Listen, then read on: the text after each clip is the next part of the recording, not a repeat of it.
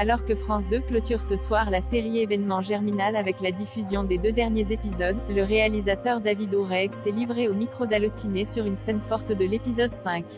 Attention, spoiler, il est conseillé d'avoir vu la série Germinal ou d'avoir lu l'œuvre d'Émile Zola avant de poursuivre la lecture de cet article. Clap de fin ce soir pour la série événement de France 2 avec la diffusion des 2 derniers épisodes de Germinal.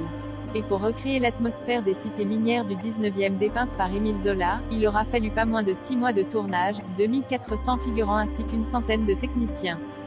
Bien que reprenant un classique de la littérature française maintes fois porté à l'écran, cette adaptation réalisée par David Oureg se veut moderne et audacieuse en proposant une relecture contemporaine du roman de Zola à l'aune des préoccupations du XXIe siècle. Pari réussi puisque Germinal avait remporté le prestigieux prix du public lors du festival Sérimania en août dernier. Dans l'avant-dernier épisode, les ouvriers des mines de Montsou ne cèdent rien alors que la révolte ne cesse de gagner en intensité avec en point d'orgue l'arrivée d'ouvriers belges venus relancer la production.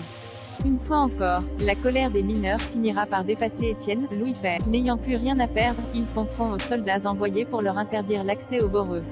Pour eux, c'est désormais la lutte finale portée par des semaines de drame et de privation. Au moment où ils avancent vers les soldats, ces derniers tirés parmi ceux qui tombent, se trouve Maheu, Thierry Godard. Une scène forte dont l'intensité est renforcée par le choix du recours au ralenti. L'image évoque alors une fresque de maître cherchant à immortaliser la dramaturgie de l'instant à travers les corps et les visages meurtris.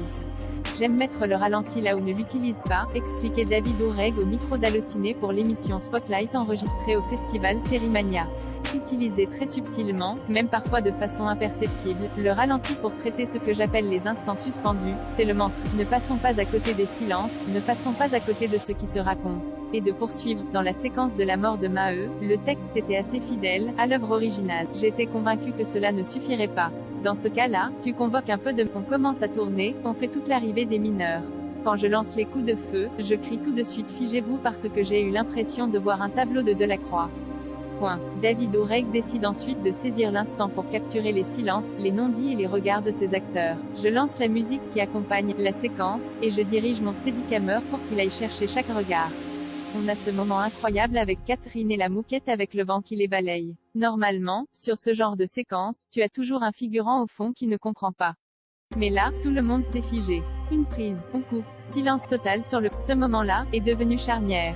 Tu le vises sur le plateau et tu n'as qu'un espoir, c'est que quand tu le vois au montage cela ne soit pas complètement à côté.